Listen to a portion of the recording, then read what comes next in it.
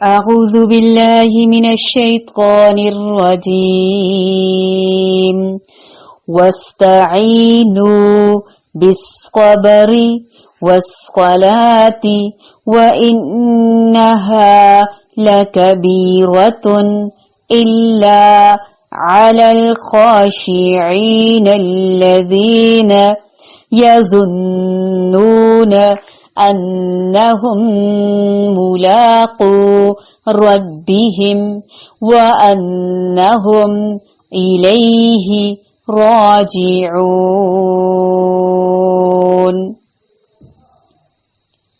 واستعينوا بالصبر والصلاة وإنها لكبيرة إلا على الخاشعين الذين يظنون أنهم ملاقو ربهم وأنهم إليه راجعون واستعینوا اور مدد طلب کرو بالصبر ساتھ صبر کے والصلاۃ اور نماز کے وإنہا اور بے شک وہ لکبیرۃ البتہ بڑی بھاری ہے الا مگر علی اوپر الخاشعین خشوع کرنے والوں کے الذین وہ جو یظنون یقین رکھتے ہیں انہم بے شک وہ ملاقو ملاقات کرنے والے ہیں ربہم اپنے رب سے وانہم اور بے شک وہ الیہ اسی کی طرف راجعون لوٹنے والے ہیں اور صبر اور نماز کے ساتھ مدد طلب کرو یہ چیز شوق ہے گراں ہے مگر ڈر رکھنے والوں پر جو جانتے ہیں کہ بے شک وہ اپنے رب سے ملاقات کرنے والے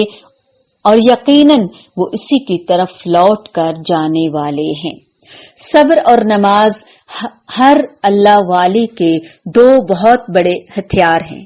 نماز کے ذریعے سے ایک مومن کا رابطہ اور تعلق اللہ تعالی سے استوار ہوتا ہے جس سے اسے اللہ تعالی کی تائید اور نصرت حاصل ہوتی ہے۔ صبر کے ذریعے سے کردار کی پختگی اور دین میں استقامت حاصل ہوتی ہے۔ حدیث مبارکہ میں آتا ہے کہ نبی کریم صلی اللہ علیہ وآلہ وسلم کو جب بھی کوئی اہم معاملہ پیش آتا تو آپ صلی اللہ علیہ وآلہ وسلم فوراً نماز کا اہتمام فرماتے۔ نماز کی پابندی عام لوگوں کے لیے گراں ہے، مشکل ہے، بھاری ہے، لیکن خشوع و خضوع کرنے والوں کے لیے یہ آسان بلکہ اطمینان اور راحت کا باعث ہے۔ یہ کون لوگ ہیں؟ وہ جو قیامت پر پورا یقین رکھتے ہیں، گویا قیامت پر یقین اعمال خیر کو آسان کر دیتا ہے، آسان کر دینے والا عمل ہے، اور آخرت سے بے فکری انسان کو بے عمل بلکہ بد عمل بنا دیتی ہے۔ بہت بڑا نقصان ہے یہ بے عمل ہو جانا یا بد عمل ہو جانا۔ وَاسْتَعِینُوا بِالصَّبْرِ اور مدد لو صبر اور نماز سے، بے شک وہ بھاری ہے مگر ان لوگوں پر نہیں جو عاجزی کرنے والے ہیں۔ نمبر 1 صبر سے کام لینا چاہیے۔ نمبر 2 صلاح سے اللہ کی طرف مزید رغبت کرنی چاہیے۔ مثلا دین کے کسی حکم پر عمل کرنا بہت مشکل لگتا ہے تو ہمیں کیا کرنا چاہیے؟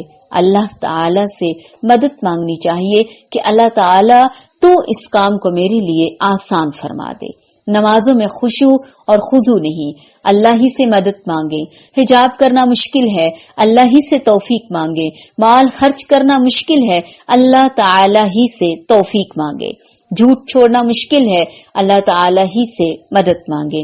جہاں جہاں جو کچھ بھی ہے، چاہے کوئی چھوٹا عمل ہے یا بڑا، سب کے لیے اللہ تعالی کی طرف رجوع کرنا کہ اللہ تعالی تو میرے لیے اس کام کو آسان بنا دے۔ اسی طرح زندگی کی عام مشکلات میں بھی جہاں کہیں ہمیں یہ لگے کہ کوئی مشکل ہے، کوئی تکلیف ہے، کوئی پریشانی ہے، کوئی غم ہے، کوئی رکاوٹ ہے، زندگی میں مسائل حل نہیں ہو رہے، تو اللہ تعالی کی طرف رجوع کرنا ہے۔ وَاسْتَعِینُوا بِالصَّبْرِ وَالصَّلَاةِ وَإِنَّهَا لَكَبِيرَةٌ، لیکن لوگ دنیا کے سب لوگوں سے باتیں کر لیتے ہیں، بڑے بڑے کام کر لیتے ہیں، لیکن ایک نماز ان کے لیے مشکل ہو جاتی ہے. یعنی جتنی دیر میں ہم اپنے مسائل کے بارے میں ایک فون کال کر کے کسی کو ایک غیبت بھرا پیغام دیتے ہیں، کیا اتنی دیر میں نماز نہیں پڑھی جا سکتی؟ تو کیا یہ ممکن ہے کہ جب کسی کو اپنا مسئلہ بیان کرنے لگیں پہلے 2 نفل پڑھ لیں، اللہ سے خوب رو کر دعا کر لیں؟ یقین مانیے کہ دل میں اتنی ٹھنڈک کا احساس ہوگا کہ جیسے کچھ ہوا ہی نہیں. کسی سے بات کرنے کو شاید یہ بات بتانے کی نوبت ہی نہ آئے، کیونکہ نماز اللہ سے بات کرنا ہے، اور دوسرا لوگوں کو اپنے قصے کہانیاں اور مسائل سنانا. تو آپ کے پاس اگر کوئی مسائل ہیں تو لے کر، اگر آپ کے پاس کوئی مسائل لے کر آئے تو آپ اسے کہیں اس وقت پہلے جا کر وضو کریں، 2 رکعت نفل پڑھیں، خوب رو رو کر اللہ تعالی کے ہاں دعا مانگیں، اس کے بعد اپنا مسئلہ مجھ سے بیان کریں. کس کا حق زیادہ ہے کہ وہ مسائل بتائے؟ کون سنے؟ کس کے پاس جایا جائے؟ یقیناً اللہ تعالی کا حق ہے. کس کے پاس اختیار ہے؟ کون العلیم ہے، الحکیم ہے، القدیر ہے؟ یقیناً اللہ سبحانہ و تعالی کے پاس ساری کی ساری قوتیں ہیں. تو پھر ہم بندوں کے پیچھے کیوں مارے مارے پھرتے ہیں، کیوں بھاگے بھاگے جاتے ہیں؟ پہلے اللہ تعالی سے مدد ضرور مانگے، پھر وہ رہنمائی کرے گا کہ اب کہاں جاؤ، اور لوگوں کے ذریعے جو رہنمائی ہے وہ بھی مل جاتی ہے. ورنہ لوگ کچھ نہیں کر سکتے، کچھ نہیں بتا سکتے، کچھ نہیں دے سکتے ہمیں، چاہے 10 لوگوں کے پاس گھوم پھر کر آ جائیں. ہمارے مسائل وہی کے وہی رہیں گے جب تک اللہ سبحانہ و تعالی ان کو خود دور نہ کر دے. اس نماز کو ہم نے کبھی بھی بھاری نہیں جاننا، ہم نے جھکنا ہے اللہ کے سامنے اور اپنے مسائل کو حل کرنا ہے، ہلکا کرنا ہے. الذین یظنون انہم ملاقو ربہم، وہ جو یقین رکھتے ہیں کہ وہ اپنے رب سے ملنے والے ہیں. وانہم الیہ راجعون، بے شک وہ اسی کی طرف لوٹ کر جانے والے ہیں.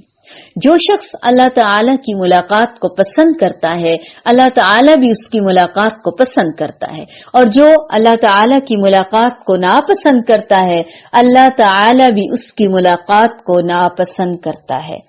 اپنے دل کو ٹٹولنا ہوگا، مجھے کس سے محبت ہے؟ کیا مجھے اللہ تعالی سے محبت ہے؟ کیا اللہ تعالی سے ملاقات کا شوق ہے؟ کیا مجھے اس بات کی چاہت ہے کہ میں ایک دن اپنے رب کو دیکھوں، اس کا دیدار کروں، وہ مجھ سے راضی ہو جائے اور میں ساری محبتیں اس محبت میں پہ لٹا دوں، میری محبت اس محبت میں سما جائے. یہ دنیا کی محبتوں کے تجربے تو دراصل اللہ تعالی اپنی طرف لانے کے لیے کرواتا ہے. ان چیزوں میں اٹکے رہنا نہیں اٹکنا. بالکل کسی بھی انسان میں اٹک جانا، اپنی اولاد ہی کیوں نہ ہو، بہن بھائی، والدین، یا کسی بھی چیز کی محبت میں، یا مال و دولت کی محبت میں، یہ سب چیزیں تو اللہ تعالیٰ نے انسان کے لیے خوشنما ضرور بنائی ہیں، انسان کے لیے مزین کی ہیں، تاکہ انسان کو ایک اچھی اور خوبصورت چیز کا تجربہ ہو.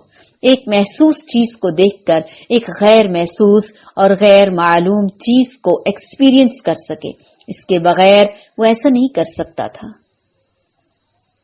تو جب کسی بھی چیز کی محبت ستانے لگے، فوراً اس کو اللہ سبحانہ و تعالی کی طرف موڑ دیجئے، اور پھر دیکھیے کہ آپ کو محبت کا معنی کس طرح سے سمجھ آنے لگے گا. حقیقت یہ ہے کہ انسان کے دل میں اصل خوشی صرف اس وقت پیدا ہوتی ہے جب انسان اللہ تعالی سے حقیقی معنوں میں محبت کرنے لگتا ہے. اس محبت کی علامت کیا ہے؟ اس محبت کی علامت نماز سے محبت ہے. اگر ہم یہ جاننا چاہتے ہیں کہ ہمیں اللہ تعالی سے ملاقات کا شوق ہے کہ نہیں، اللہ تعالی سے محبت ہے کہ نہیں، تو ہم یہ دیکھیں گے کہ نماز کی طرف قدم کس طرح سے اٹھتے ہیں، کس شوق کے ساتھ نماز کے لیے جاتے ہیں، یا نماز سے کتنا گھبراتے ہیں. اور اگر نماز کی طرف توجہ نہیں یا نماز بوجھل ہے تو سمجھ جائیے کہ اللہ تعالی سے ہمیں کوئی محبت نہیں، چاہے کتنی ہی باتیں کیوں نہ کر لیں، کتنے ہی دعوے کیوں نہ کر لیں، یہ جھوٹ ہے.